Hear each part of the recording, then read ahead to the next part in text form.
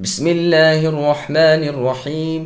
شروع کرتا ہوں اللہ کے نام سے جو بے انتہا مہربان نہایت رحم کرنے والے ہیں۔ اتی امر اللہ فلا تستعجلوه سبحانہ وتعالی عما یشرکون۔ اللہ کا حکم آ پہنچا، اب اس کی جلدی نہ مچاؤ۔ تمام پاکی اللہ ہی کے لیے ہے، وہ اللہ برتر ہے ان سب سے جنہیں یہ اللہ کا شریک بتلاتے ہیں۔ سامعین، اب اس آیت کی تفسیر سماعت کیجیے۔ تفسیر سورہ نحل۔ قیامت آنے کی جلدی نہ مچاؤ۔ اللہ تعالیٰ قیامت کی نزدیکی کی خبر دے رہے ہیں اور گویا کہ وہ قائم ہو چکی، اس لیے ماضی کے لفظ سے بیان فرماتے ہیں، جیسے اللہ تعالیٰ نے سورہ انبیاء کی آیت نمبر 1 میں فرمایا، جس کا ترجمہ ہے لوگوں کا حساب قریب آ لگا پھر بھی وہ غفلت کے ساتھ منہ موڑے ہوئے ہیں۔ اور سورہ قمر کی آیت نمبر 1 میں فرمایا، جس کا ترجمہ ہے کہ قیامت قریب آ لگی، چاند پھٹ گیا۔ پھر آگے اللہ نے فرمایا، اس قریب والی چیز کے اور قریب ہونے کی تمنائیں نہ کرو۔ ہا کی ضمیر کا مرجع یا تو لفظ اللہ ہے، یعنی اللہ سے جلدی نہ چاہو، یا عذاب ہیں، یعنی عذابوں کی جلدی نہ مچاؤ۔ دونوں معنی ایک دوسرے کے لازم و ملزوم ہیں۔ جیسے ایک اور آیت میں ہے، یہ لوگ عذاب کی جلدی مچا رہے ہیں، اگر ہماری طرف سے اس کا وقت مقرر نہ ہوتا تو بے شک ان پر عذاب آ پڑتے، لیکن عذاب ان پر آئے گا ضرور، اور وہ بھی ناگہاں ان کی غفلت میں۔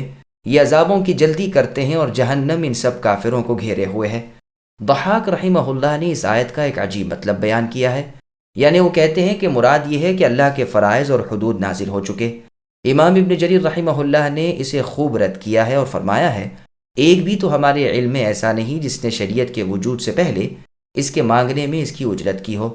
مراد اس سے عذابوں کی جلدی ہے جو کافروں کی عادت تھی، کیونکہ وہ انہیں مانتے ہی نہ تھے، جیسے قرآن پاک میں سورہ شورى کی آیت نمبر 18 میں اللہ نے فرمایا، یستعجل بها الذین لا یؤمنون بها، یعنی بے ایمان تو اس عذاب کی جلدی مچا رہے ہیں اور ایماندار ان سے لرزاں و ترساں ہیں، کیونکہ وہ انہیں برحق مانتے ہیں۔ بات یہ ہے کہ عذاب الہی میں شک کرنے والے دور کی گمراہی میں جا پڑتے ہیں۔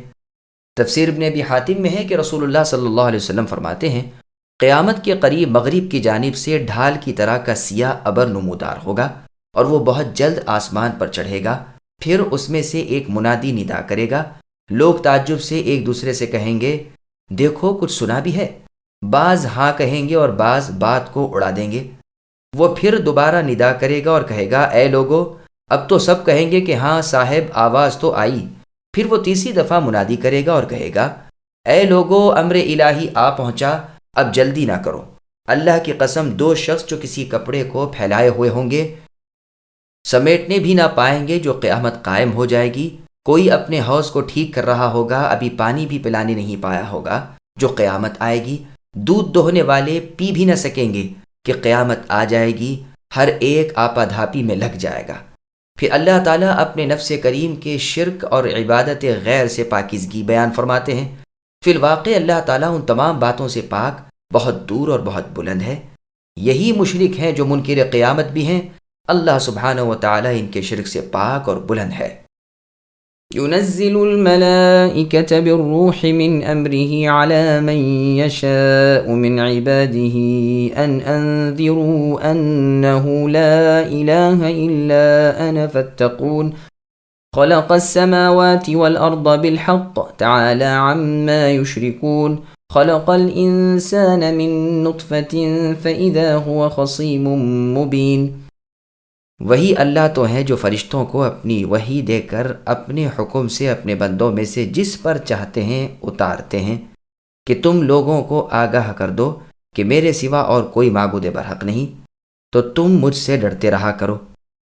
اللہ ہی نے آسمانوں اور زمین کو حق کے ساتھ پیدا کیا، وہ اس سے بری ہے جو مشرک کرتے ہیں۔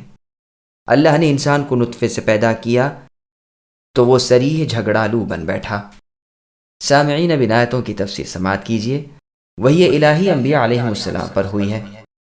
روح سے مراد یہاں وحی ہے، جیسا کہ اللہ تعالیٰ نے سورہ شورى کی آیت نمبر 52 میں فرمایا، وَكَذَلِكَ أَوْحَيْنَا إِلَيْكَ رُوحًا مِّنْ أَمْرِنَا الآیہ، یعنی ہم نے اسی طرح آپ کی طرف اے نبی اپنے حکم سے وحی نازل فرمائی، حالانکہ آپ کو تو یہ بھی پتہ نہ تھا کہ کتاب کیا ہوتی ہے اور ایمان کی ماہیت کیا ہے۔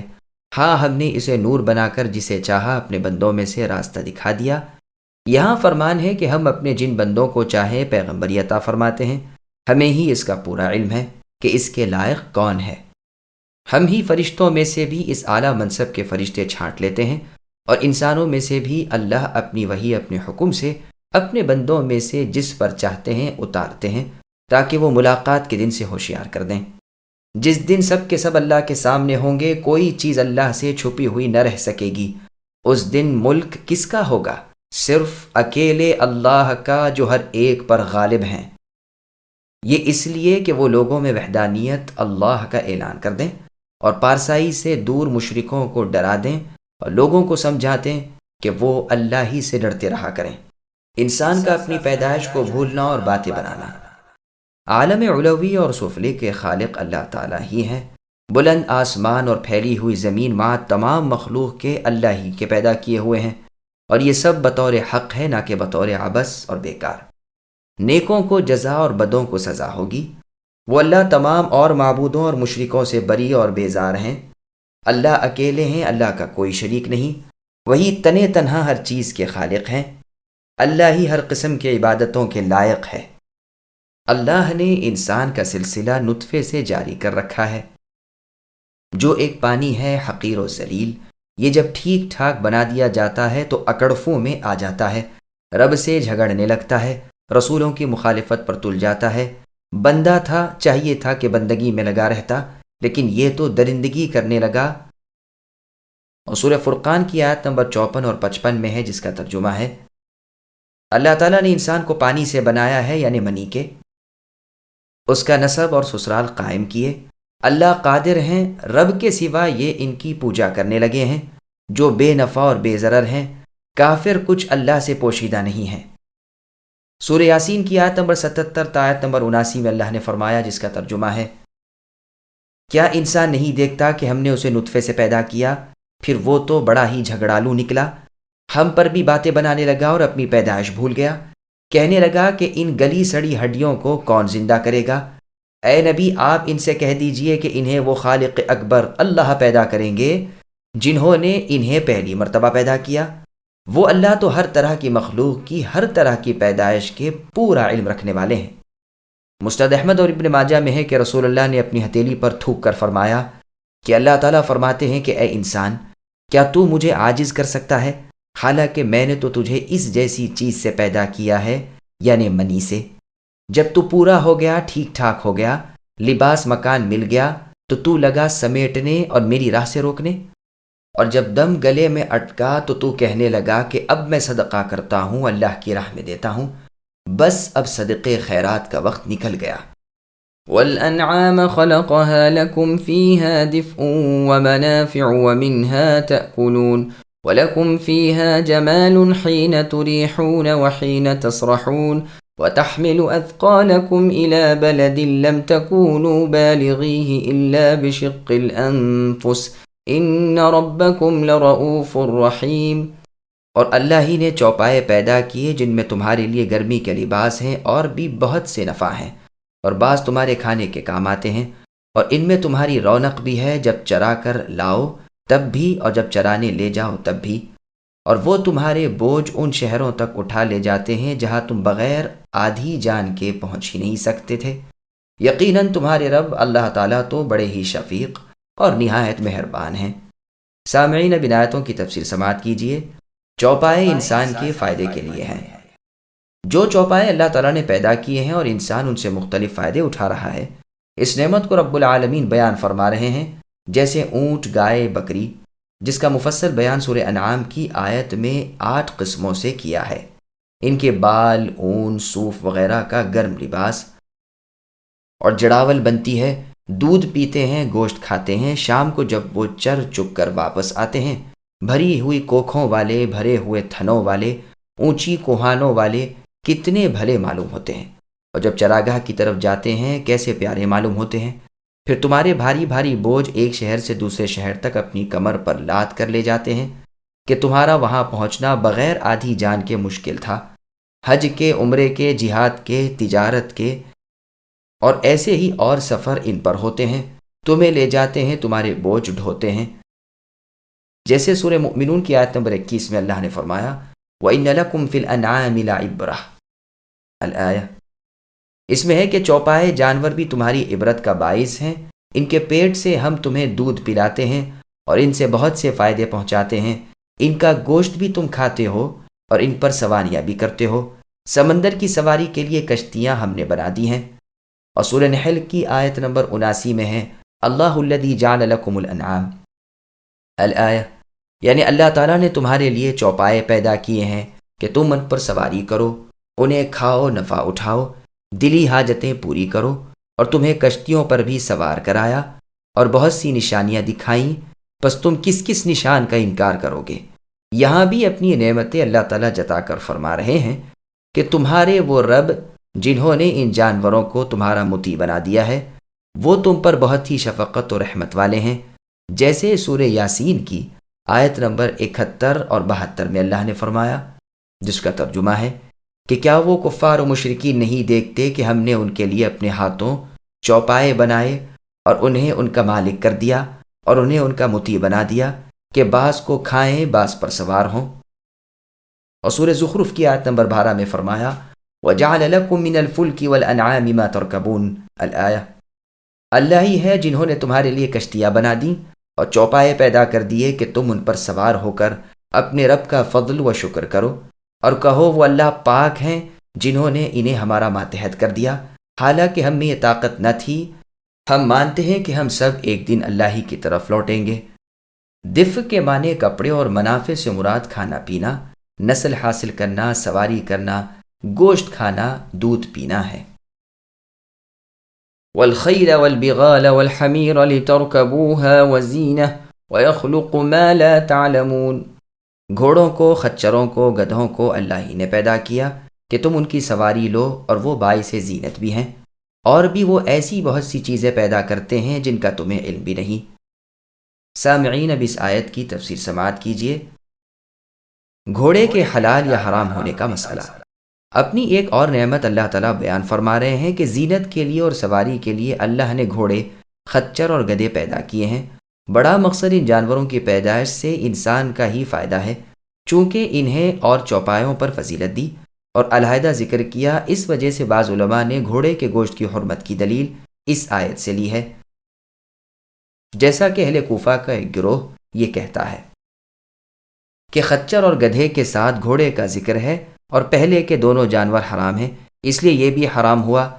چنانچہ خچر اور گدھے کی حرمت احادیث میں آئی ہے اور اکثر علماء کا مذہب یہی ہے۔ ابن عباس رضی اللہ عنہما سے ان تینوں کی حرمت آئی ہے، یعنی گھوڑے، خچر اور گدھے کی۔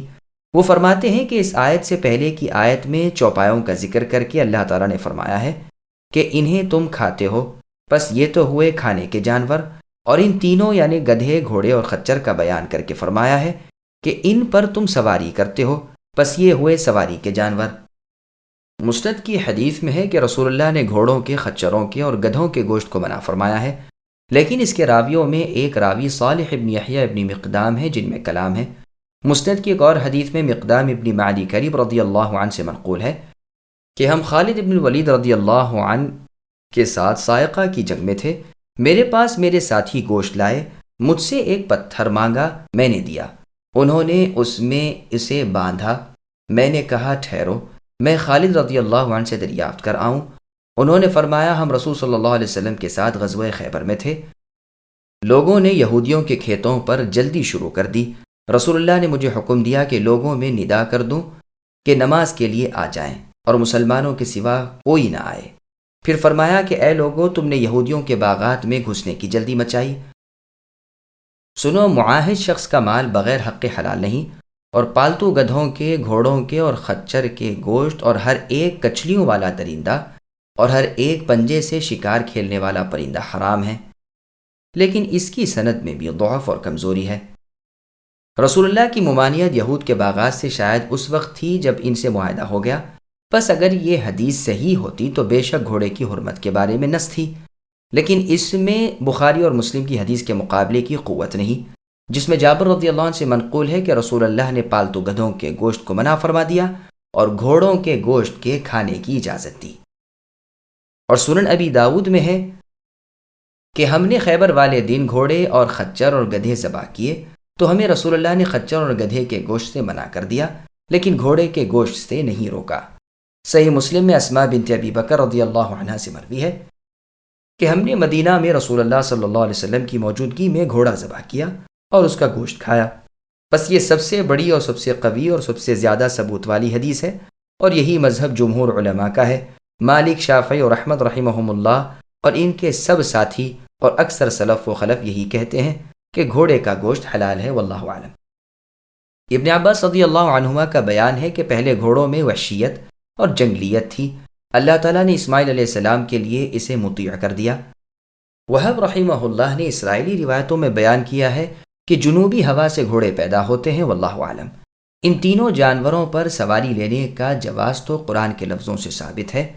رسول اللہ صلی اللہ علیہ وسلم کو ایک خچر ہدیے میں دیا گیا تھا جس پر آپ سواری کرتے تھے۔ ہاں، یہ رسول اللہ نے منع فرمایا ہے کہ گھوڑوں کو گدھیوں سے ملایا جائے۔ یہ ممانعت اس لیے ہے کہ نسل منقطع نہ ہو جائے۔ دحیہ کلبی رضی اللہ عنہ نے رسول اللہ صلی اللہ علیہ وسلم سے دریافت کیا کہ اگر آپ اجازت دیں تو ہم گھوڑے اور گدھی کے ملاپ سے خچر لیں اور رسول اللہ اس پر سوار ہوں۔ رسول اللہ نے فرمایا، یہ کام وہ کرتے ہیں جو علم سے کورے ہیں، یعنی یہ کام جاہلوں کا ہے۔ یہ روایت سنن ابی داؤد میں ہے، نیز صحیح ابن حبان اور بیہقی وغیرہ میں بھی ہے۔ وعلى الله قصد السبيل ومنها جائر ولو شاء لهداكم اجمعین، اور درمیانی راہ اللہ کی طرف پہنچنے والی ہے اور ٹیڑھی راہیں ہیں، اور اگر اللہ چاہتے تو وہ سب کو راہ پر لگا دیتے۔ سامعین، اب اس آیت کی تفسیر سماعت کیجیے۔ دین و دنیا کی مثالیں۔ دنیاوی راہیں طے کرنے کے اسباب بیان فرما کر اب دینی راہ چلنے کے اسباب اللہ تعالیٰ بیان فرماتے ہیں۔ محسوسات سے معنویات کی طرف رجوع کرتے ہیں۔ قرآن میں اکثر بیانات اس قسم کے موجود ہیں۔ سفر حج کے توشے کا ذکر کر کے تقوی کے توشے کا جو آخرت میں کام دہ بیان ہوا ہے۔ ظاہری لباس کا ذکر فرما کر لباس تقوی کی اچھائی بیان کی ہے۔ اسی طرح یہاں حیوانات سے دنیا کے کٹھن راستے اور دور دراز کے سفر طے ہونے کا بیان فرما کر آخرت کے راستے، دینی راہیں بیان فرمائیں کہ حق راستہ اللہ تعالیٰ سے ملانے والا ہے۔ رب کی سیدھی راہ وہی ہے، اسی پر چلو اور راستوں پر نہ لگو ورنہ بہک جاؤ گے اور سیدھی راہ سے الگ ہو جاؤ گے۔ فرمایا، میری طرف پہنچنے کی سیدھی راہ یہی ہے جو میں نے بتلائی ہے۔ طریق حق جو اللہ سے واصل کرنے والا ہے اللہ نے ظاہر کر دیا ہے، اور وہ دین اسلام ہے جسے اللہ نے واضح کر دیا ہے، اور ساتھ ہی اور راستوں کی گمراہی بھی بیان فرما دی ہے۔ پس سچا راستہ ایک ہی ہے جو کتاب اللہ اور سنت رسول صلی اللہ علیہ وسلم سے ثابت ہے۔ باقی اور راہیں غلط راہیں ہیں، حق سے ایک سوئی ہیں، لوگوں کی اپنی ایجاد ہیں، جیسے یہودیت، نصرانیت، مجوسیت وغیرہ۔ کہ ہدایت رب کے قبضے کی چیز ہے۔ اگر اللہ چاہیں تو روئے زمین کے لوگوں کو نیک راہ پر لگا دیں، زمین کے تمام باشندے مؤمن بن جائیں، سب لوگ ایک ہی دین کے عامل ہو جائیں، لیکن یہ اختلاف باقی ہی رہے گا مگر جس پر اللہ تعالیٰ رحم فرمائے۔ اسی کے لیے انہیں پیدا کیا ہے۔ آپ کے رب کی بات اے نبی پوری ہو کر رہے گی کہ جہنم و جنت انسان و جنات سے بھر جائیں گے۔ هو الذي أنزل من السماء ماء لكم منه شراب ومنه شجر فيه تسيمون ينبت لكم به الزرع والزيتون والنخيل والأعناب ومن كل الثمرات إن في ذلك لآية لقوم يتفكرون۔ وہی اللہ ہے جو تمہارے فائدے کے لیے آسمان سے پانی برساتے ہیں جسے تم اے انسانوں پیتے بھی ہو، اور اسی سے اگے ہوئے درختوں کو تم اپنے جانوروں کو چراتے ہو۔ اسی سے وہ تمہارے لیے کھیتی اور زیتون اور کھجور اور انگور اور ہر قسم کے پھل اگاتے ہیں۔ دھیان دھرنے والے لوگوں کے لیے تو اس میں بڑا ہی نشان ہے۔ سامعین، اب ان آیتوں کی تفسیر سماعت کیجیے۔ پانی اور پھل اللہ کی نعمتیں ہیں۔ چوپائے اور دوسرے جانوروں کی پیدائش کا احساس بیان فرما کر اور احسان بیان فرماتے ہیں کہ اوپر سے پانی وہی اللہ تو برساتے ہیں جس سے تم آپ فائدہ اٹھاتے ہو، اور تمہارے فائدے کے جانور بھی اس سے فائدہ اٹھاتے ہیں۔ میٹھا، صاف، شفاف، خوشگوار، اچھے ذائقے کا پانی تمہارے پینے کے کام آتا ہے۔ اللہ کا احسان نہ ہو تو وہ کھاری اور کڑوا بنا دے۔ اسی آب باراں سے درخت اگتے ہیں اور وہ درخت تمہارے جانوروں کا چارہ بنتے ہیں۔ سوم کے معنی چرنے کے ہیں، اسی وجہ سے ابل سائمہ چرنے والے اونٹوں کو کہتے ہیں۔ پھر اللہ تعالیٰ کی قدرت دیکھو کہ ایک ہی پانی سے مختلف مزے کے، مختلف شکل و صورت کے، مختلف خوشبو کے، طرح طرح کے پھل پھول وہ تمہارے لیے پیدا کرتے ہیں۔ بس یہ سب نشانیاں ایک شخص کو اللہ تعالیٰ کی وحدانیت جاننے کے لیے کافی ہیں۔ اسی کا بیان اور آیتوں میں ہے، جیسا کہ سورہ نمل کی آیت نمبر 60 میں ہے کہ آسمان و زمین کے خالق، بادلوں سے پانی برسانے والے، ان سے ہرے بھرے باغات پیدا کرنے والے، جن کے پیدا کرنے سے تم اے انسانوں عاجز تھے، اللہ ہی ہے، اللہ کے ساتھ اور کوئی معبود نہیں، پھر بھی لوگ حق سے ادھر ادھر بھٹک رہے ہیں۔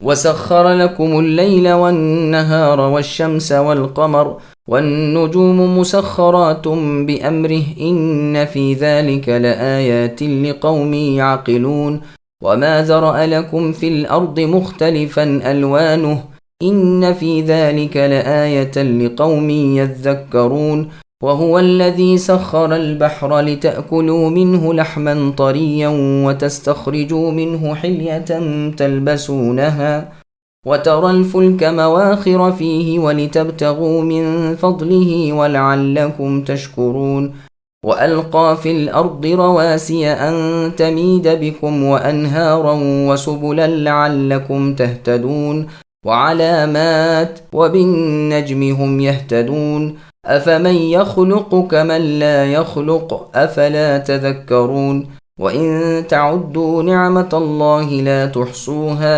إن الله لغفور رحيم۔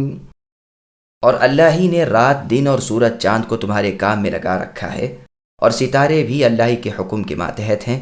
یقیناً اس میں عقل مند لوگوں کے لیے کئی ایک نشانیاں موجود ہیں، اور بھی بہت سی چیزیں طرح طرح کے رنگ روپ کی اللہ نے تمہارے لیے زمین میں پیدا کر رکھی ہیں۔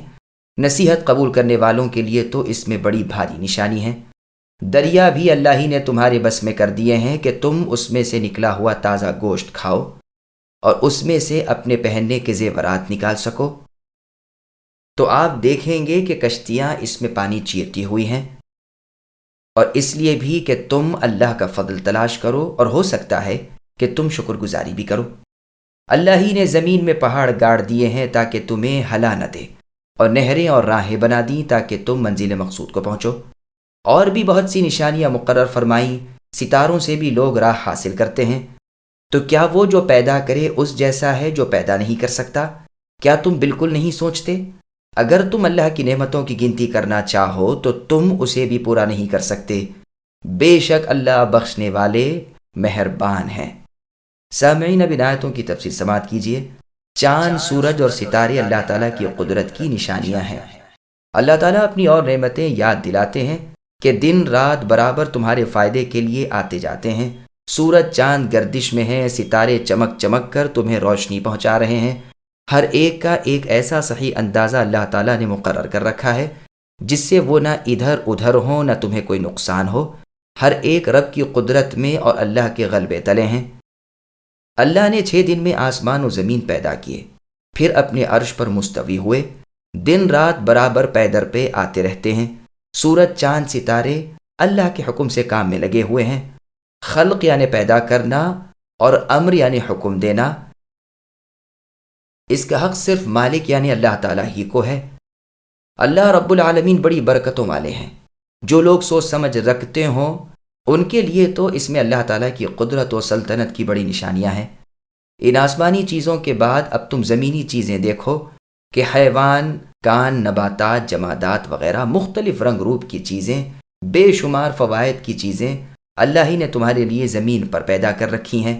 جو لوگ اللہ کی نعمتوں پر غور کریں اور قدر کریں ان کے لیے تو یہ زبردست نشان ہے۔ سمندر سے لوگوں کے لیے فوائد ہیں۔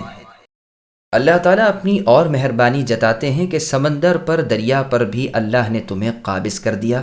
باوجود اپنی گہرائی کے اور اپنی موجوں کے وہ تمہارے تابع ہے۔ تمہاری کشتیاں اس میں چلتی ہیں، اسی طرح اس میں سے مچھلیاں نکال کر ان کے تر و تازہ گوشت تم کھاتے ہو۔ مچھلی حلت کی حالت میں، احرام کی حالت میں، زندہ ہو یا مردہ ہو، اللہ کی طرف سے حلال ہے۔ لؤلؤ اور جوہر اللہ نے تمہارے لیے اس میں پیدا کیے ہیں۔ جنہیں تم سہولیت سے نکال لیتے ہو اور بطور زیور کے اپنے کام میں لاتے ہو۔ پھر اس میں کشتیاں ہواؤں کو ہٹاتی، پانی کو چیرتی، اپنے سینوں کے بل تیرتی چلی جاتی ہیں۔ سب سے پہلے نوح علیہ السلام کشتی میں سوار ہوئے، انہی کو کشتی بنانا پروردگار عالم نے سکھایا۔ پھر لوگ برابر بناتے چلے آئے اور ان پر طریقے لمبے لمبے سفر طے ہونے لگے۔ اس پار کی چیزیں اس پار اور اس پار کی چیزیں اس پار آنے جانے لگیں۔ اسی کا بیان اس میں ہے کہ تم اللہ کا فضل یعنی اپنی روزی تجارت کے ذریعے ڈھونڈو اور اللہ کی نعمت و احسان کا شکر مانو اور قدردانی کرو۔ اس کے بعد زمین کا ذکر ہو رہا ہے کہ اس کے ٹھہرانے اور ہلنے جلنے سے بچانے کے لیے اللہ نے اس پر مضبوط اور وزنی پہاڑ جما دیے کہ اس کے ہلنے کی وجہ سے اس پر رہنے والوں کی زندگی دشوار نہ ہو جائے، جیسے سورہ نازعات کی آیت نمبر 32 میں فرمایا والجبال ارساها۔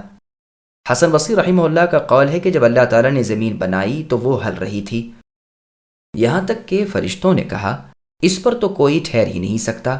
صبح دیکھتے ہیں کہ پہاڑ اس پر گاڑ دیے گئے ہیں اور اس کا ہلنا موقوف ہو گیا ہے، بس فرشتوں کو یہ بھی معلوم نہ ہو سکا کہ پہاڑ کس چیز سے پیدا کیے گئے ہیں۔ قیس ابن عبادہ رحمہ اللہ سے بھی یہی مروی ہے۔ علی رضی اللہ عنہ فرماتے ہیں کہ زمین نے کہا کہ اے اللہ، آپ مجھ پر بنی آدم کو بساتے ہیں جو میری پیٹھ پر گناہ کریں گے اور خباثت پھیلائیں گے۔ وہ کانپنے لگی، بس اللہ تعالیٰ نے پہاڑوں کو اس پر جما دیا جنہیں تم دیکھ رہے ہو اور بعض کو دیکھتے ہی نہیں ہو۔ یہ بھی اللہ کا کرم ہے کہ اللہ نے نہریں، چشمے اور دریا چوطرف بہا دیے۔ کوئی تیز ہے، کوئی مندہ، کوئی لمبا ہے، کوئی مختصر، کبھی کم پانی ہے، کبھی زیادہ، کبھی بالکل سوکھا پڑا ہے۔ پہاڑوں پر، جنگلوں میں، ریتی میں، پتھروں میں برابر یہ چشمے بہتے رہتے ہیں اور ریل پیل کر دیتے ہیں۔ یہ سب اللہ کا فضل و کرم، لطف و رحم ہے۔ نہ اللہ کے سوا کوئی پروردگار، نہ اللہ کے سوا کوئی سچا معبود۔ وہی رب ہے، وہی معبود برحق ہے۔ اللہ ہی نے راستے بنا دیے ہیں، خشکی میں، تری میں، پہاڑ میں، جنگل میں، بستی میں، اجاڑ میں، ہر جگہ اللہ کے فضل و کرم سے راستے موجود ہیں کہ ادھر سے ادھر لوگ آ جا سکیں۔ کوئی تنگ راستہ ہے، کوئی کشادہ، کوئی آسان، کوئی سخت، اور بھی علامتیں اللہ نے مقرر کر دیں جیسے پہاڑ ہیں، ٹیلے ہیں وغیرہ، جن سے طری خشکی کے رہر و مسافر راہ معلوم کر لیتے ہیں اور بھٹکے ہوئے سیدھے رستے لگ جاتے ہیں۔ ستارے بھی رہنمائی کے لیے ہیں، رات کے اندھیرے میں انہی سے راستہ اور سمت معلوم ہوتی ہے۔ امام مالک رحمہ اللہ سے مروی ہے کہ تارے سے مراد پہاڑ ہیں۔ پھر اللہ تعالیٰ اپنی عظمت و کبریائی جتاتے ہیں اور فرماتے ہیں کہ لائق عبادت اللہ کے سوا اور کوئی نہیں۔ اللہ کے سوا جن جن کی لوگ عبادت کرتے ہیں وہ محض بے بس ہیں، کسی چیز کے پیدا کرنے کی انہیں طاقت نہیں، اور اللہ تعالیٰ سب کے خالق ہیں۔ ظاہر ہے کہ خالق اور غیر خالق یکساں نہیں، پھر دونوں کی عبادت کرنا کس قدر ستم ہے۔ اتنا بھی بے ہوش ہو جانا شایان انسانیت نہیں۔ پھر اپنی نعمتوں کی فراوانی اور کثرت بیان فرماتے ہیں کہ تمہاری گنتی میں بھی تو نہیں آ سکتی، اتنی نعمتیں میں نے تمہیں دے رکھی ہیں، یہ بھی تمہاری طاقت سے باہر ہے کہ میری نعمتوں کی گنتی کر سکو۔ اللہ تعالیٰ تمہاری خطاؤں سے درگزر فرماتے رہتے ہیں۔ اگر اپنی تمام تر نعمتوں کا شکر بھی تم سے طلب کرے تو تمہارے بس کا نہیں، اگر ان نعمتوں کے بدلے تم سے چاہے تو تمہاری طاقت سے باہر ہے۔ سنو، اگر وہ اللہ تم سب کو عذاب کرے تو بھی وہ ظالم نہیں ہونے کے، لیکن وہ غفور الرحیم ہے۔ اللہ تعالیٰ تمہاری برائیوں کو معاف فرما دیتے ہیں، تمہاری تقصیروں سے تجاوز کر لیتے ہیں۔ توبہ، رجوع، اطاعت اور طلب رضا مندی کے ساتھ جو گناہ ہو جائیں ان سے چشم پوشی کر لیتے ہیں۔ بڑے ہی رحیم ہیں، توبہ کے قبول کرنے والے ہیں اور توبہ کے بعد عذاب نہیں کرتے۔ والله يعلم ما تسرون وما تعلنون والذين يدعون من دون الله لا يخلقون شيئا وهم يخلقون أموات غير أحياء وما يشعرون أيان يبعثون إلهكم إله واحد فالذين لا يؤمنون بالآخرة قلوبهم منكرة وهم مستكبرون لا جرم ان اللہ يعلم ما يسرون وما يعلنون انه لا يحب المستكبرین۔ اور جو کچھ تم چھپاؤ اور ظاہر کرو اللہ سب کچھ جانتے ہیں۔ جن جن کو یہ لوگ اللہ کے سوا پکارتے ہیں وہ کسی چیز کو پیدا نہیں کر سکتے بلکہ وہ خود پیدا کیے ہوئے ہیں۔ مردے ہیں، زندہ نہیں، انہیں تو یہ بھی شعور نہیں کہ کب اٹھائے جائیں گے۔ تم سب کے معبود اللہ تعالیٰ اکیلے ہیں۔ آخرت پر ایمان نہ رکھنے والوں کے دل منکر ہیں اور وہ خود تکبر سے بھرے ہوئے ہیں۔ بے شک و شبہ اللہ تعالیٰ ہر اس چیز کو جسے چھپائیں اور جسے ظاہر کریں بخوبی جانتے ہیں۔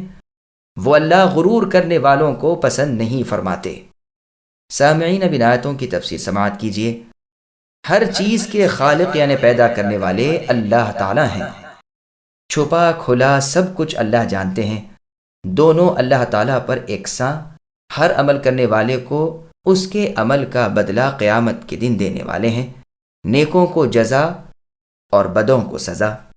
جن معبودان باطلہ سے لوگ اپنی حاجتیں طلب کرتے ہیں، وہ معبودان باطلہ کسی چیز کے خالق نہیں بلکہ وہ خود مخلوق ہیں۔ جیسے کہ خلیل الرحمن ابراہیم علیہ السلام نے اپنی قوم سے فرمایا تھا، سورہ صافات کی آیت نمبر 95 اور 96 میں، اتعبدون ما تنحتون واللہ خلقکم وما تعملون، کہ اے میری قوم تم انہیں پوجتے ہو جنہیں خود تم بناتے ہو، در حقیقت تمہارے اور تمہارے کاموں کے خالق صرف اللہ سبحانہ و تعالی ہیں، بلکہ تمہارے معبود جو اللہ کے سوا ہیں جمادات ہیں، بے روح چیزیں ہیں، سنتے دیکھتے اور شعور رکھتے نہیں، انہیں تو یہ بھی معلوم نہیں کہ قیامت کب ہوگی، تو ان سے نفع کی امید اور ثواب کی توقع کیسے رکھتے ہو؟ یہ تو اس اللہ سے ہونی چاہیے جو ہر چیز کے عالم اور تمام کائنات کے خالق ہیں۔ فقط اللہ تعالیٰ ہی عبادت کے لائق ہے، اللہ تعالیٰ ہی معبود برحق ہیں، اللہ کے سوا کوئی لائق عبادت نہیں۔ اللہ اکیلے ہیں، ایک ہیں، تنہا ہیں، بے نیاز ہیں۔ کافروں کے دل بھلی بات سے انکاری ہیں، وہ اس حق کلمے کو سن کر سخت حیرت زدہ ہو جاتے ہیں۔ واحد کا ذکر سن کر ان کے دل مرجھا جاتے ہیں، ہاں اوروں کا ذکر ہو تو کھل جاتے ہیں۔ یہ اللہ کی عبادت سے مغرور ہیں، نہ ان کے دل میں ایمان نہ عبادت کے عادی۔ ایسے لوگ ذلت کے ساتھ جہنم میں داخل ہوں گے۔ یقیناً اللہ تعالیٰ ہر چھپے کھلے کے عالم ہیں، ہر عمل پر جزا اور سزا دیں گے۔ وہ مغرور لوگوں سے بیزار اور ان سے غصہ ہیں۔ وَإِذَا قِيلَ لَهُم مَاذَا أَنزَلَ رَبُّكُمْ قَالُوا أَسَاطِيرُ الْأَوَّلِينَ لِيَحْمِلُوا أَوْزَارَهُمْ كَامِلَةً يَوْمَ الْقِيَامَةِ وَمِنْ أَوْزَارِ الَّذِينَ يُضِلُّونَهُمْ بِغَيْرِ عِلْمٍ أَلَا سَاءَ مَا يَزِرُونَ۔ اور ان سے جب دریافت کیا جائے کہ تمہارے پروردگار نے کیا نازل فرمایا ہے تو جواب دیتے ہیں کہ اگلوں کی کہانیاں ہیں۔ اسی کا نتیجہ ہوگا کہ قیامت کے دن یہ لوگ اپنے پورے بوجھ کے ساتھ ہی ان کے بوجھ کے بھی حصے دار ہوں گے جنہیں بے علمی سے گمراہ کرتے رہے۔ دیکھو تو کیسا برا بوجھ اٹھا رہے ہیں۔ سامعین، اب ان آیتوں کی تفسیر سماعت کیجیے۔ منکرین قرآن کا تذکرہ۔ ان منکرین قرآن سے جب سوال کیا جائے کہ کلام اللہ تعالی میں کیا نازل ہوا تو اصل جواب سے ہٹ کر بک دیتے ہیں کہ سوائے گزرے ہوئے افسانوں کے کیا رکھا ہے، وہی لکھ لیے ہیں اور صبح شام دہرا رہے ہیں۔ بس رسول اللہ صلی اللہ علیہ وسلم پر افترا باندھتے ہیں، کبھی کچھ کہتے ہیں، کبھی اس کے خلاف اور کچھ کہنے لگتے ہیں، دراصل کسی بات پر جم ہی نہیں سکتے، اور یہ بہت بڑی دلیل ہے ان کے تمام اقوال کے باطل ہونے کی۔ ہر ایک جو حق سے ہٹ جائے وہ یوں ہی مارا مارا بہکا بہکا پھرتا ہے۔ کبھی رسول اللہ صلی اللہ علیہ وسلم کو جادوگر کہتے ہیں، کبھی شاعر، کبھی کاہن، کبھی پاگل۔ پھر ان کفار و مشرکین کے بوڑھے سردار ولید ابن مغیرہ مخزومی نے انہیں بڑے غور و خوض کے بعد کہا کہ سب مل کر اس کلام یعنی محمد صلی اللہ علیہ وسلم پر نازل ہونے والے کلام کو مؤثر جادو کہا کرو۔ ان کے اس قول کا نتیجہ بد ہوگا اور ہم نے انہیں اس راہ پر اس لیے لگا دیا ہے کہ یہ اپنے پورے گناہوں کے ساتھ ان کے بھی کچھ گناہ اپنے اوپر لا دیں جو ان کے مقلدین اور ان کے پیچھے پیچھے چل رہے ہیں۔ صحیح مسلم، سنن نبی داؤد وغیرہ میں رسول اللہ کا فرمان ہے کہ ہدایت کی دعوت دینے والے کو اپنے اجر کے ساتھ اپنے متبع لوگوں کا اجر بھی ملتا ہے، لیکن ان کے اجر کم نہیں ہوتے، اور برائی کی طرف بلانے والوں کو ان کے ماننے والوں کے گناہ بھی ملتے ہیں، لیکن ماننے والوں کے گناہ کم ہو کر نہیں۔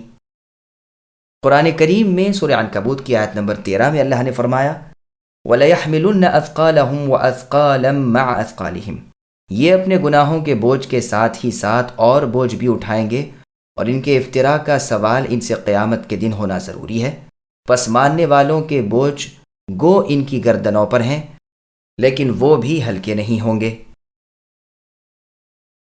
قد مكر الذين من قبلهم فأتى الله بنيانهم من القواعد فخر عليهم السقف من فوقهم وأتاهم العذاب من حيث لا يشعرون ثم يوم القيامة يخزيهم ويقول أين شركائي الذين كنتم تشاقون فيهم قال الذين أوتوا العلم إن الخزي اليوم والسوء على الكافرين۔ ان سے پہلے کے لوگوں نے بھی مکر کیا تھا، آخر حکم الہی ان کی عمارتوں کی جڑوں سے پہنچا اور ان کے سروں پر ان کی چھتیں اوپر سے گر پڑیں اور ان کے پاس عذاب وہاں سے آ گیا جہاں کا انہیں خواب و خیال بھی نہ تھا۔ پھر قیامت والے دن بھی اللہ تعالیٰ انہیں رسوا کریں گے اور فرمائیں گے کہ میرے وہ شریک کہاں ہیں جن کے بارے میں تم لڑتے جھگڑتے رہتے تھے؟ جنہیں علم دیا گیا تھا وہ جواب دیں گے کہ آج تو کافروں کو رسوائی اور برائی چمٹ گئی۔ سامعین، اب آیتوں کی تفسیر سماعت کیجیے۔ نمرود وغیرہ کا انجام۔ بعض تو کہتے ہیں کہ اس مکار سے مراد نمرود ہے جس نے بالا خانہ تیار کیا تھا۔ سب سے پہلے سب سے بڑی سرکشی اسی نے زمین میں کی۔ اللہ تعالیٰ نے اسے ہلاک کرنے کو ایک مچھر بھیجا جو اس کے نتھنے میں گھس گیا اور 400 سال تک اس کا بھیجا چاٹتا رہا۔ اس مدت میں اسے اس وقت قدرے سکون معلوم ہوتا تھا جب اس کے سر پر ہتھوڑے مارے جائیں۔ خوب دونوں ہاتھوں کے زور سے اس کے سر پر ہتھوڑے پڑتے رہتے تھے۔ اس نے 400 سال تک سلطنت بھی کی تھی اور خوب فساد پھیلایا تھا۔ بعض کہتے ہیں کہ اس سے مراد بخت نصر ہے۔ یہ بھی بڑا مکار تھا، لیکن اللہ کو کوئی کیا نقصان پہنچا سکتا ہے؟ گو اس کا مکر پہاڑوں کو بھی اپنی جگہ سے سرکا دینے والا ہو۔ اور بعض کہتے ہیں کہ یہ تو کافروں اور مشرکوں نے اللہ کے ساتھ جو غیروں کی عبادت کی ان کے عمل کی بربادی کی مثال ہے، جیسے نوح علیہ السلام نے فرمایا تھا سورہ نوح کی آیت نمبر 22 میں، وَمَكَرُوا مَكْرًا كُبَّارًا۔ ان کافروں نے بڑا ہی مکر کیا، ہر ہیلے سے لوگوں کو گمراہ کیا، ہر وسیلے سے انہیں شرک پر آمدہ کیا۔ چنانچہ ان کے چیلے قیامت کے دن ان سے کہیں گے کہ تمہارا رات دن کا مکر کہ ہم سے کفر و شرک کو کہنا، جس کا ذکر سورہ سبا کی آیت نمبر 33 میں ہے۔ پھر آگے اللہ نے فرمایا ان کی عمارت کی جڑ اور بنیاد سے عذاب الہی آیا، یعنی بالکل ہی کھود دیا، اصل سے کاٹ دیا، جیسا کہ اللہ نے سورہ مائدہ کی آیت نمبر 64 میں فرمایا کہ جب لڑائی کی آگ بھڑکانا چاہتے ہیں تو اللہ تعالیٰ اسے بجھا دیتے ہیں۔ اور سورہ حشر کی آیت نمبر 2 میں فرمایا ان کے پاس اللہ ایسی جگہ سے آئے جہاں کا انہیں خیال بھی نہ تھا، ان کے دلوں میں ایسا رعب ڈال دیا کہ یہ اپنے ہاتھوں اپنے مکانات تباہ کرنے لگے، اور دوسری جانب سے مؤمنوں کے ہاتھوں مٹے۔ عقل مندو عبرت حاصل کرو۔ یہاں فرمایا کہ اللہ ان کی عمارت کی بنیاد سے آ گئے اور ان پر اوپر سے چھت آ پڑی اور نادانستہ جگہ سے ان پر عذاب اتر آیا۔ قیامت کے دن کی رسوائی اور فضیحت ابھی باقی ہے۔ اس وقت چھپا ہوا سب کھل جائے گا، اندر کا سب باہر آ جائے گا، سارا معاملہ تشت ازبام ہو جائے گا۔ چنانچہ صحیح بخاری، مسلم، ابو یعلا کی مسند میں رسول اللہ صلی اللہ علیہ وسلم کا فرمان ہے، ہر غدار کے لیے اس کے پاس ہی جھنڈا گاڑ دیا جائے گا جو اس کی غداری کے مطابق ہوگا، اور مشہور کر دیا جائے گا کہ فلاں کا یہ غدر ہے یعنی غداری ہے جو فلاں کا لڑکا تھا۔ اسی طرح ان لوگوں کو بھی میدان محشر میں سب کے سامنے رسوا کیا جائے گا۔ ان سے ان کے پروردگار ڈانٹ ٹپر کر دریافت فرمائیں گے کہ جن کی حمایت میں تم میرے بندوں سے الجھتے رہتے تھے وہ آج کہاں ہیں؟ تمہاری مدد کیوں نہیں کرتے؟ آج بے یار و مددگار کیوں ہو؟ یہ چپ ہو جائیں گے، کیا جواب دیں؟ لاچار ہو جائیں گے، کون سی جھوٹی دلیل پیش کریں؟ اس وقت علماء کرام جو دنیا اور آخرت میں اللہ کے اور مخلوق کے پاس عزت رکھتے ہیں جواب دیں گے کہ رسوائی اور عذاب آج کافروں کو گھیرے ہوئے ہیں اور ان کے معبودان باطل ان سے منہ پھیرے ہوئے ہیں۔ الذين تتوفاهم الملائكة ظالمي أنفسهم فألقوا السلم ما كنا نعمل من سوء بلى إن الله عليم بما كنتم تعملون فادخلوا أبواب جهنم خالدين فيها فلبئس مثوى المتكبرين وقيل للذين اتقوا ماذا أنزل ربكم قالوا خيرا للذين أحسنوا في هذه الدنيا حسنة وَلَدَارُ الْآخِرَةِ خَيْرٌ وَلَنِعْمَ دَارُ الْمُتَّقِينَ جَنَّاتُ عَدْنٍ يَدْخُلُونَهَا تَجْرِي مِن تَحْتِهَا الْأَنْهَارُ لَهُمْ فِيهَا مَا يَشَاءُونَ كَذَلِكَ يَجْزِي اللَّهُ الْمُتَّقِينَ الَّذِينَ تَتَوَفَّاهُمُ الْمَلَائِكَةُ طَيِّبِينَ يَقُولُونَ سَلَامٌ عَلَيْكُمُ ادْخُلُوا الْجَنَّةَ سلام علیکم ادخلوا الجنت بما کنتم تعملون۔ یہ لوگ اپنی جانوں پر ظلم کرتے رہے، فرشتے جب ان کی جان قبض کرنے لگے اس وقت انہوں نے صلح کی بات ڈالی کہ ہم برائی نہیں کرتے تھے، کیوں نہیں؟ اللہ خوب جاننے والے ہیں جو کچھ تم کرتے تھے۔ پس اب تو ہمیشگی کے طور پر تم جہنم کے دروازوں سے جہنم میں جاؤ، سو کیا ہی برا ٹھکانہ ہے غرور کرنے والوں کا۔ پرہیزگاروں سے پوچھا جائے کہ تمہارے پروردگار نے کیا نازل فرمایا ہے، تو وہ جواب دیتے ہیں کہ اچھے سے اچھا۔ جن لوگوں نے بھلائی کی ان کے لیے اس دنیا میں بھلائی ہے، اور یقیناً آخرت کا گھر تو بہت ہی بہتر ہے، کیا ہی خوب پرہیزگاروں کا گھر ہے۔ ہمیشگی والے باغات جہاں وہ جائیں گے جن کے نیچے نہریں لہریں لے رہی ہیں، جو کچھ یہ طلب کریں وہاں ان کے لیے موجود ہے۔ پرہیزگاروں کو اللہ تعالیٰ اسی طرح بدلہ عطا فرماتے ہیں۔ ان کی جانیں فرشتے اس حال میں قبض کرتے ہیں کہ وہ پاک صاف ہوں، کہتے ہیں کہ تمہارے لیے سلامتی ہی سلامتی ہے، جاؤ جنت میں اپنے ان اعمال کے بدلے جو تم کرتے تھے۔ سامعین، اب ان آیتوں کی تفسیر سماعت کیجیے۔ موت کے وقت ظالموں کی کیفیت۔ مشرکین کی جان کنی کے وقت کا حال بیان ہو رہا ہے کہ جب فرشتے ان کی جان لینے کے لیے آتے ہیں تو یہ اس وقت سننے، عمل کرنے اور مان لینے کا اقرار کرتے ہیں، ساتھ ہی اپنے کرتوت چھپاتے ہوئے اپنی بے گناہی بیان کرتے ہیں۔ قیامت کے دن اللہ کے سامنے بھی قسمیں کھا کر اپنا مشرک نہ ہونا بیان کریں گے، جس طرح دنیا میں اپنے بے گناہی پر لوگوں کے سامنے جھوٹی قسمیں کھاتے تھے۔ انہیں جواب ملے گا کہ جھوٹے ہو، بدعمالیاں جی کھول کر چکے ہو۔ اللہ غافل نہیں جو باتوں میں آ جائے، ہر ایک عمل اللہ پر روشن ہے۔ اب اپنے کرتوتوں کا خمیازہ بھگتو اور جہنم کے دروازوں سے جا کر ہمیشہ اسی بری جگہ میں پڑے رہو۔ مقام برا، مکان برا، ذلت و رسوائی والا، یہ ہے بدلہ اللہ کی آیتوں سے تکبر کرنے کا اور اللہ کے رسولوں کی اتباع سے جی چرانے کا۔ مرتے ہی ان کی روحیں جہنم رسید ہوئیں اور جسموں پر قبروں میں جہنم کی گرمی اور اس کی لپک آنے لگی۔ قیامت کے دن روحیں جسموں سے مل کر جہنم میں گئیں، اب نہ موت نہ عذاب میں کچھ تخفیف۔ جیسا کہ اللہ نے سورہ مؤمن کی آیت نمبر 46 میں فرمایا، النار یعرضون علیہا غدوا وعشیا، یہ دوزخ کی آگ کے سامنے ہر صبح شام لائے جاتے ہیں، یعنی اپنی اپنی قبروں میں، اور قیامت کے قائم ہوتے ہی اے آل فرعون تم سخت تر عذاب میں چلے جاؤ، یعنی جہنم کے۔ نیک لوگوں کا بہترین انجام۔ بروں کے حالات بیان فرما کر نیکوں کے حالات جو ان کے بالکل برعکس ہیں بیان فرما رہے ہیں۔ برے لوگوں کا جواب تو یہ تھا کہ اللہ کی اتاری ہوئی کتاب صرف اگلوں کے افسانے کی نقل ہے، لیکن یہ نیک لوگ جواب دیتے ہیں کہ وہ تو سراسر برکت و رحمت ہے، جو بھی اسے مانے اور اس پر عمل کرے وہ برکت و رحمت سے مالا مال ہو جائے۔ پھر اللہ تعالیٰ خبر دیتے ہیں کہ میں اپنے رسولوں سے وعدہ کر چکا ہوں کہ نیکوں کو دونوں جہاں کی خوشی حاصل ہوگی، جیسے اللہ تعالیٰ نے سورہ نحل کی آیت نمبر 97 میں فرمایا، جس کا ترجمہ ہے کہ جو شخص نیک عمل کرے، خواہ مرد ہو خواہ عورت، ہاں یہ ضروری ہے کہ ہو مومن، تو ہم اسے بڑی پاک زندگی عطا فرمائیں گے اور اس کے بہترین اعمال کا بدلہ بھی ضرور دیں گے۔ دونوں جہاں میں وہ جزا پائے گا۔ یاد رہے کہ دار آخرت دار دنیا سے بہت ہی افضل و احسن ہے، وہاں کی جزا نہایت اعلیٰ اور دائمی ہے۔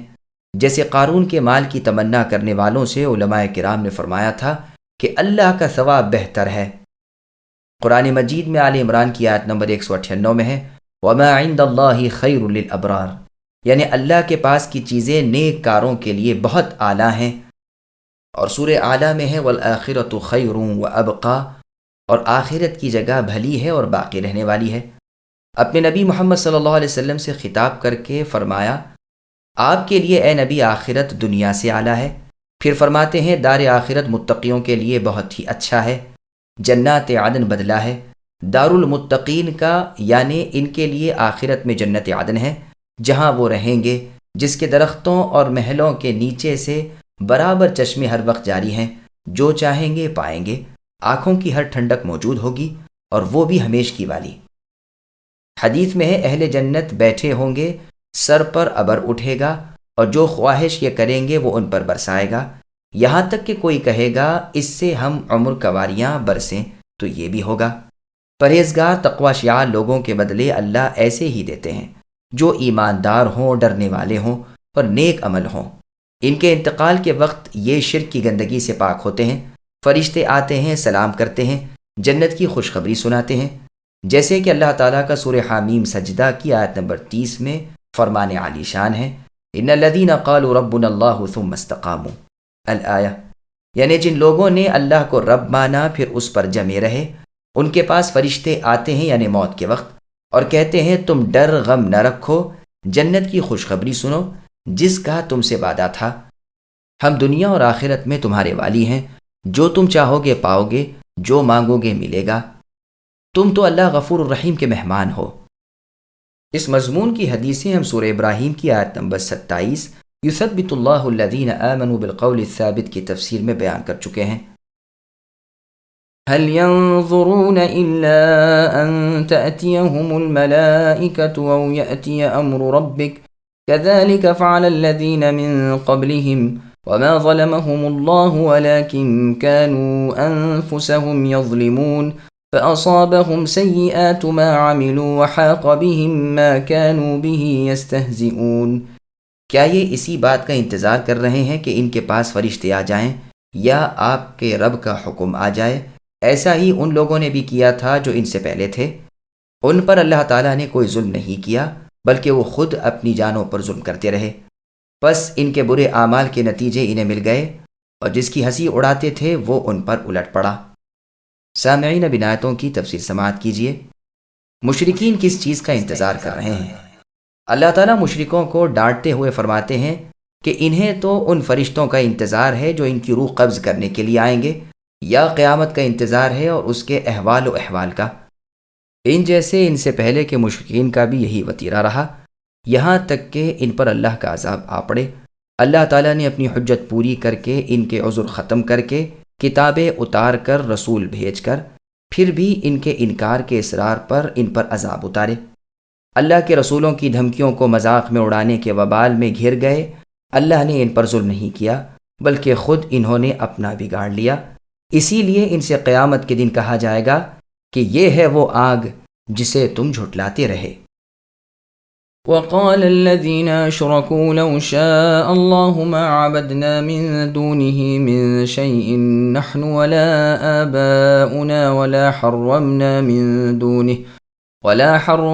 من دونه من شيء كذلك فعل الذين من قبلهم فهل على الرسول إلا البلاغ المبين وَلَقَدْ بَعَثْنَا فِي كُلِّ أُمَّةٍ رَسُولًا أَنِ اعْبُدُوا اللَّهَ وَاجْتَنِبُوا الطَّاغُوتَ فَمِنْهُمْ مَنْ هَدَى اللَّهُ وَمِنْهُمْ مَنْ حَقَّتْ عَلَيْهِ الضَّلَالَةُ فَسِيرُوا فِي الْأَرْضِ فَانظُرُوا كَيْفَ كَانَ عَاقِبَةُ الْمُكَذِّبِينَ إِن تَحْرِصْ عَلَى هُدَاهُمْ فَإِنَّ اللَّهَ لَا يَهْدِي مَن يُضِلُّ وَمَا لَهُم مِّن نَّاصِرِينَ۔ اور مشرک لوگ کہنے لگے کہ اگر اللہ چاہتے تو ہم اور ہمارے باپ دادا اللہ کے سوا کسی اور کی عبادت ہی نہ کرتے، نہ اللہ کے فرمان کے بغیر کسی چیز کو حرام کرتے۔ یہی فعل ان سے پہلے کے لوگوں کا رہا، تو رسولوں پر تو صرف کھلم کھلا پیغام کا پہنچا دینا ہے۔ ہم نے ہر امت میں رسول بھیجا کہ لوگوں صرف اللہ کی عبادت کرتے رہو اور اللہ کے سوائے تمام معبودوں سے بچو، بس بعض لوگوں کو تو اللہ نے ہدایت دی اور بعضوں پر گمراہی ثابت ہو چکی۔ تم آپ زمین میں چل پھر کر دیکھ لو کہ جھٹلانے والوں کا انجام کیسا کچھ ہوا۔ گو آپ ان کی ہدایت کے اے نبی شدید لالچ رکھتے ہیں، لیکن اللہ اسے ہدایت نہیں دیتے جسے گمراہ کر دیں، اور نہ ان کا کوئی مددگار ہوتا ہے۔ سامعین اب آیتوں کی تفسیر سماعت کیجیے۔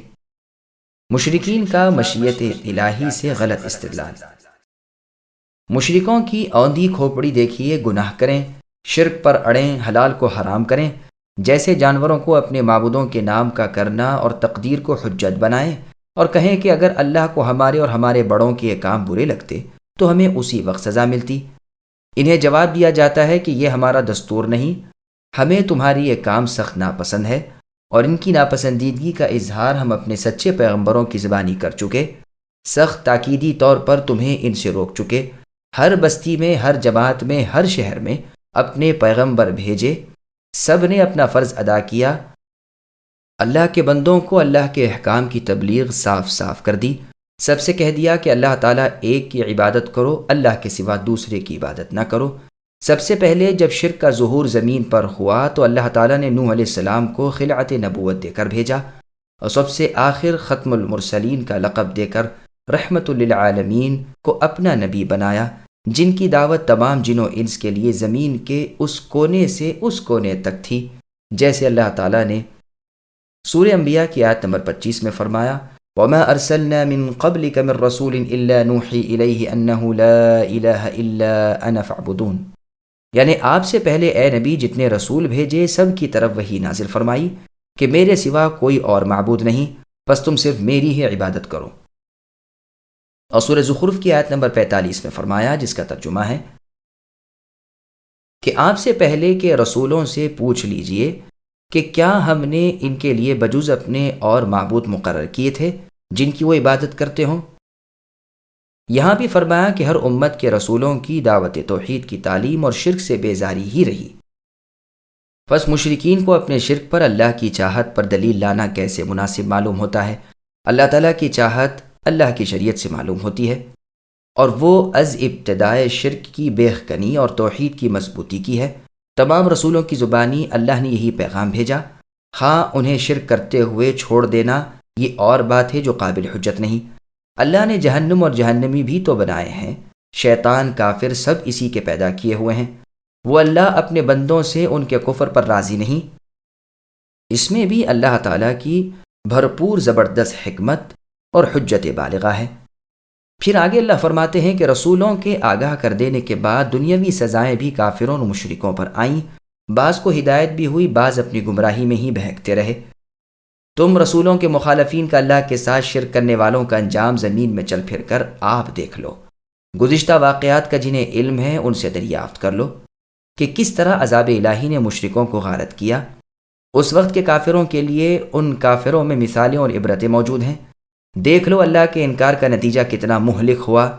پھر اپنے رسول محمد صلی اللہ علیہ وسلم سے اللہ فرماتے ہیں کہ آپ ان کی ہدایت کے کیسے ہی حریص ہوں لیکن بے فائدہ ہے، رب ان کی گمراہیوں کی وجہ سے انہیں در رحمت سے دور ڈال چکے ہیں، جیسے اللہ تعالیٰ نے سورہ مائدہ کی آیت نمبر 41 میں فرمایا، وَمَن يُرِدِ اللَّهُ فِتْنَتَهُ فَلَن تَمْلِكَ لَهُ مِنَ اللَّهِ شَيْئًا، کہ جسے اللہ ہی فتنے میں ڈالنا چاہے تو آپ اے نبی اسے کچھ بھی تو نفع نہیں پہنچا سکتے۔ نوح علیہ السلام نے اپنی قوم سے فرمایا تھا، اگر اللہ تعالیٰ کا ارادہ تمہیں بہکانے کا ہے تو میری نصیحت اور خیر خواہی تمہارے لیے محض بے سود ہے۔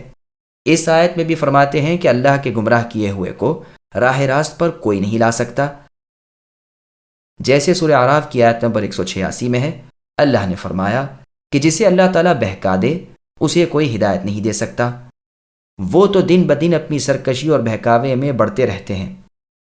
اور سورہ یونس کی آیت نمبر 96 میں فرمان ہے، ان الذین حقت علیہم کلمۃ ربک لا یؤمنون الآیہ، کہ جن پر آپ کے رب کی بات اے نبی ثابت ہو چکی ہے انہیں ایمان نصیب نہیں ہونے کا، گو تمام نشانیاں ان کے پاس آ جائیں، یہاں تک کہ دردناک عذاب کا منہ دیکھ لیں۔ بندوں کو معلوم ہونا چاہیے کہ جو اللہ تعالیٰ چاہتے ہیں ہوتا ہے، جو نہیں چاہتے نہیں ہوتا۔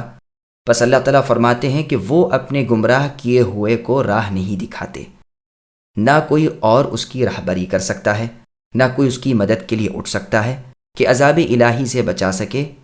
پیدا کرنا اور حکم دینا اللہ ہی کا حق ہے، وہ رب العالمین ہے، اللہ کی ذات بابرکت اور پاک ہے، وہی سچے معبود ہے، لہٰذا انہی کی عبادت کی جانی چاہیے اور غیروں کو اللہ کا شریک نہیں ٹھہرانا چاہیے۔ وَأَقْسَمُوا بِاللَّهِ جَهْدَ أَيْمَانِهِمْ لَا يَبْعَثُ اللَّهُ مَن يَمُوتُ بَلَىٰ وَعْدًا عَلَيْهِ حَقًّا وَلَٰكِنَّ أَكْثَرَ النَّاسِ لَا يَعْلَمُونَ لِيُبَيِّنَ لَهُمُ الَّذِي يَخْتَلِفُونَ فِيهِ وَلِيَعْلَمَ الَّذِينَ كَفَرُوا أَنَّهُمْ كَانُوا كَاذِبِينَ إِنَّمَا قَوْلُنَا لِشَيْءٍ إِذَا أَرَدْنَاهُ أَن نَّقُولَ لَهُ كُن فَيَكُونُ۔ اور بڑی سخت سخت قسمیں کھا کھا کر کہتے ہیں کہ مردوں کو اللہ زندہ نہیں کریں گے، ہاں کیوں نہیں، ضرور زندہ کریں گے، یہ تو اللہ کا برحق لازمی وعدہ ہے۔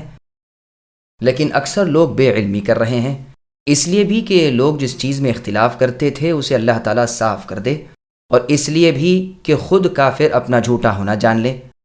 ہم جب کسی چیز کا ارادہ کریں تو صرف ہمارا یہ کہہ دینا ہوتا ہے کہ ہو جا، بس وہ ہو جاتی ہے۔ سامعین، اب ان آیتوں کی تفسیر سماعت کیجیے۔ قیامت قائم کرنا اللہ تعالیٰ کے لیے انتہائی آسان ہے۔ چونکہ کافر قیامت کے قائل نہیں، اس لیے دوسروں کو بھی اس عقیدے سے ہٹانے کے لیے وہ پوری کوشش کرتے ہیں۔ ایمان فروشی کر کے اللہ کی تاکیدی قسمیں کھا کر کہتے ہیں کہ اللہ تعالیٰ مردوں کو زندہ نہ کریں گے۔ اللہ تعالیٰ فرماتے ہیں کہ قیامت ضرور آئے گی، اللہ کا یہ وعدہ برحق ہے، لیکن اکثر لوگ بوجہ اپنی جہالت اور لا علمی کے رسولوں کی مخالفت کرتے ہیں، اللہ کی باتوں کو نہیں مانتے اور کفر کے گڑھے میں گرتے ہیں۔ پھر قیامت کے آنے اور جسموں کے دوبارہ جی اٹھنے کی بعض حکمتیں ظاہر فرماتے ہیں، جن میں سے ایک یہ ہے کہ دنیاوی اختلافات میں حق کیا تھا وہ ظاہر ہو جائے، بروں کو سزا اور نیکوں کو جزا ملے، کافروں کا اپنے عقیدے میں، اپنے قوم میں، اپنی قسم میں جھوٹا ہونا کھل جائے۔ اس وقت سب دیکھ لیں گے کہ انہیں دھکے دے کر جہنم میں جھونکا جائے گا اور کہا جائے گا کہ یہی ہے وہ جہنم جس کا تم انکار کرتے رہے، اب بتلاؤ یہ جادو ہے یا تم اندھے ہو، اس میں اب پڑے رہو، صبر سے رہو یا ہائے وائے کرو، سب برابر ہے۔ اعمال کا بدلہ بھگتنا ضروری ہے۔ پھر اپنی بے اندازہ قدرت کا بیان فرماتے ہیں کہ وہ اللہ جو چاہیں اس پر قادر ہیں، کوئی بات اللہ کو عاجز نہیں کر سکتی، کوئی چیز اللہ کے اختیار سے باہر نہیں۔ وہ اللہ جو کرنا چاہے بس فرما دیتے ہیں کہ ہو جا، اسی وقت وہ کام ہو جاتا ہے۔ قیامت بھی اللہ کے فرمان کا عمل ہے، جیسے اللہ نے فرمایا کہ ایک آنکھ جھپکنے میں اللہ کا کہا ہو جائے گا۔ تم سب کے پیدا کرنے اور مرنے کے بعد زندہ کر دینے والے تنہے تنہا اکیلے اللہ ہی ہیں۔ ادھر اللہ نے کہا ہو جا، ادھر ہو گیا۔ اللہ کو تو دوبارہ کہنے اور تاکید کرنے کی بھی ضرورت نہیں۔ اللہ کے ارادے سے مراد جدا نہیں، کوئی نہیں جو اللہ کے خلاف کر سکے۔ جو اللہ کے حکم کے خلاف زبان ہلا سکے وہ اللہ اکیلے ہیں، سب پر غالب ہیں، وہ عظمتوں اور عزتوں والے ہیں، سلطنت اور جبروت والے ہیں۔ اللہ کے سوا نہ کوئی معبود برحق ہے، نہ حاکم، نہ رب، نہ قادر۔ صحیح بخاری میں ہے، ابو ہریرہ رضی اللہ عنہ فرماتے ہیں اللہ تعالیٰ کا ارشاد ہے کہ ابن آدم مجھے گالیاں دیتا ہے، اسے ایسا نہیں چاہیے تھا، وہ مجھے جھٹلا رہا ہے حالانکہ یہ بھی اس کے لائق نہ تھا۔ اس کا جھٹلانا تو یہ ہے کہ تاکیدی قسمیں کھا کر کہتا ہے کہ اللہ مردوں کو پھر زندہ نہ کریں گے۔ میں کہتا ہوں یقیناً زندہ ہوں گے، یہ برحق وعدہ ہے، لیکن اکثر لوگ جانتے نہیں۔ اور اس کا مجھے گالیاں دینا یہ ہے کہ کہتا ہے کہ اللہ تین میں سے تیسرے ہے، حالانکہ میں اکیلا ہوں، میں اللہ ہوں، میں بے نیاز ہوں، جس کا ہم جنس کوئی اور نہیں۔ ابن ابی حاتم میں تو یہ حدیث موقوفاً مروی ہے، بخاری اور مسلم میں دوسرے لفظوں کے ساتھ مرفوعاً روایت بھی موجود ہے۔ والذين هاجروا في الله من بعد ما ظلموا لنبوئنهم في الدنيا حسنة ولأجر الآخرة أكبر لو كانوا يعلمون الذين صبروا وعلى ربهم يتوكلون وما أرسلنا من قبلك إلا رجالا نوحي إليهم فاسألوا أهل الذكر إن كنتم لا تعلمون بالبينات والزبر وأنزلنا إليك الذكر لتبين للناس ما نزل إليهم ولعلهم يتفكرون۔ اور جن لوگوں نے ظلم برداشت کرنے کے بعد اللہ کی راہ میں ترک وطن کیا ہے، ہم انہیں بہتر سے بہتر ٹھکانہ دنیا میں عطا فرمائیں گے، اور آخرت کا ثواب تو بہت ہی بڑا ہے۔ کاش کہ یہ لوگ اس سے واقف ہوتے، جنہوں نے دامن صبر نہ چھوڑا اور اپنے پالنے والے ہی پر بھروسہ کرتے رہے۔ آپ سے پہلے بھی اے نبی ہم انسانوں کو ہی بھیجتے رہے جن کی جانب وحی اتارا کرتے تھے، بس آپ اگر نہیں جانتے تو یاد والوں سے دریافت کر لیں۔